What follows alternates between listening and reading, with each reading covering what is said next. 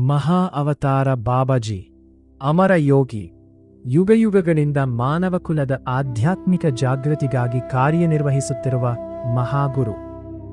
ಮಹಾ ಅವತಾರ ಬಾಬಾಜಿ ಭಾರತೀಯ ಯೋಗ ಪರಂಪರೆಯಲ್ಲಿ ಅತ್ಯಂತ ಗೌರವದಿಂದ ಸ್ಮರಿಸಲ್ಪಡುವ ಮಹಾಯೋಗಿ. ಅನೇಕ ಕ್ರಿಯಾಯೋಗ ಪರಂಪರೆಗಳ ಪ್ರಕಾರ ಅವರು ಹಿಮಾಲಯ ಪ್ರದೇಶದಲ್ಲಿ ವಾಸಿಸುತ್ತಾ ಯುಗಯುಗಗಳಿಂದ ಮಾನವಕುಲದ ಆಧ್ಯಾತ್ಮಿಕ ಪ್ರಗತಿಗಾಗಿ ಕಾರ್ಯನಿರ್ವಹಿಸುತ್ತಿದ್ದಾರೆ ಎಂದು ನಂಬಲಾಗುತ್ತದೆ. ಬಾಬಾಜಿಯ ಜೀವನದ ಬಗ್ಗೆ ಐತಿಹಾಸಿಕವಾಗಿ ದೃಢೀಕರಿಸಲ್ಪಟ್ಟ ವಿವರಗಳು ಬಹಳ ಕಡಿಮೆ. ಅವರ ಕುರಿತು ಇರುವ ಹೆಚ್ಚಿನ ಮಾಹಿತಿಯು ಕ್ರಿಯಾಯೋಗ ಪರಂಪರೆ, ಗುರು ಶಿಷ್ಯರ ಅನುಭವಗಳು ಮತ್ತು ಆಧ್ಯಾತ್ಮಿಕ ಸಾಹಿತ್ಯದ ಮೂಲಕ ಬಂದಿದೆ. ಆದ್ದರಿಂದ ಬಾಬಾಜಿಯ ಕುರಿತು ಓದುವಾಗ ಭಕ್ತಿ ಮತ್ತು ವಿವೇಕ ಎರಡನ್ನೂ ಸಮತೋಲನದಿಂದ ಇಟ್ಟುಕೊಳ್ಳುವುದು ಮುಖ್ಯ. ಬಾಬಾಜಿಯ ಸಂದೇಶ. ಬಾಬಾಜಿಯ ಕ್ರಿಯಾಯೋಗದ ಕೇಂದ್ರ ಸಂದೇಶ ಸರಳವಾಗಿದೆ. ಜಾಗೃತಿಯಿಂದ ಬದುಕಿ, ಉಸಿರನ್ನು ಅರಿತುಕೊಳ್ಳಿ, ಮನಸ್ಸನ್ನು ಶುದ್ಧಗೊಳಿಸಿ, ಪ್ರೀತಿಯಿಂದ ಸೇವೆ ಮಾಡಿ, ಪ್ರತಿಯೊಬ್ಬ ಜೀವಿಯಲ್ಲೂ ದೈವತ್ವವನ್ನು ನೋಡಿ. ಈ ಸಂದೇಶವು ಯಾವುದೇ ಒಂದು ಧರ್ಮಕ್ಕೆ ಸೀಮಿತವಾಗಿಲ್ಲ. ಮಾನವಕುಲದ ಆಂತರಿಕ ಬೆಳವಣಿಗೆಗೆ ಇದು ವಿಶ್ವವ್ಯಾಪಿ ಮಾರ್ಗವಾಗಿದೆ. ಕ್ರಿಯಾಯೋಗದ ಪುನರುಜ್ಜೀವನ.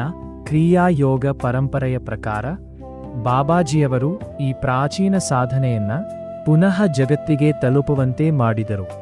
ನಂತರ ಅನೇಕ ಗುರುಗಳು ತಮ್ಮ ತಮ್ಮ ಶಿಷ್ಯರ ಮೂಲಕ ಈ ಸಾಧನೆಯನ್ನ ವಿಭಿನ್ನ ದೇಶಗಳಿಗೆ ಪರಿಚಯಿಸಿದರು.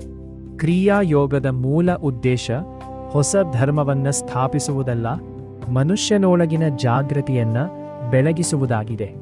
ಬಾಬಾಜಿಯ ಜೀವನದಿಂದ ಕಲಿಯಬೇಕಾದ ಪಾಠಗಳು: 1. ಸರಳತೆ. ನಿಜವಾದ ಆಧ್ಯಾತ್ಮಿಕತೆ ಹೊರಗಿನ ಪ್ರದರ್ಶನದಲ್ಲ, ಒಳಗಿನ ಪರಿವರ್ತನೆಯಲ್ಲಿ ಇದೆ. 2. ಮೌನವು ಮನಸ್ಸಿನ ಶಕ್ತಿಯನ್ನ ವೃದ್ಧಿಸುತ್ತದೆ. ಪ್ರತಿದಿನ ಕೆಲವು ನಿಮಿಷ ಮೌನದಲ್ಲಿ ಇರುವುದು ಸಾಧಕನಿಗೆ ಬಹಳ ಉಪಯುಕ್ತ. 3.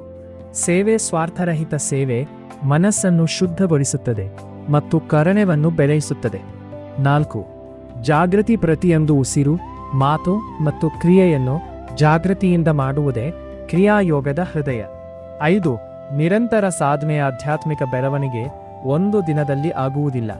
ಪ್ರತಿದಿನದ ಸಣ್ಣ ನಿಯಮಿತ ಸಾಧನೆಯೇ ದೊಡ್ಡ ಪರಿವರ್ತನೆಯನ್ನು ತರುತ್ತದೆ. ದೈನಂದಿನ ಚಿಂತನೆ. ಪ್ರತಿದಿನ ಬೆಳಿಗ್ಗೆ 3 ಬಾರಿ ಮನಸ್ಸಿನಲ್ಲಿ ಹೇಳಿಕೊಳ್ಳಿ, ನಾನು ಜಾಗೃತಿಯಿಂದ ಬದುಕುತ್ತೇನೆ. ನನ್ನ ಪ್ರತಿಯೊಂದು ಉಸಿರು ಸಾಧನೆಯಾಗಲಿ. ನನ್ನ ಜೀವನವು ಪ್ರೀತಿ, ಶಾಂತಿ ಮತ್ತು ಸೇವೆಗೆ ಸಮರ್ಪಿತವಾಗಿರಲಿ. ಅಧ್ಯಾಯದ ಸಾರಾಂಶ.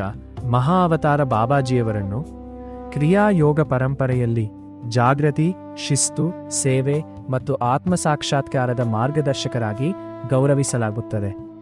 ಅವರ ಜೀವನದ ಅತ್ಯಂತ ದೊಡ್ಡ ಪಾಠವೆಂದರೆ ನಮ್ಮೊಳಗಿನ ದೈವಿಕತೆಯನ್ನು ಅರಿತು ಅದನ್ನು ದೈನಂದಿನ ಜೀವನದಲ್ಲಿ ವ್ಯಕ್ತಪಡಿಸುವುದು.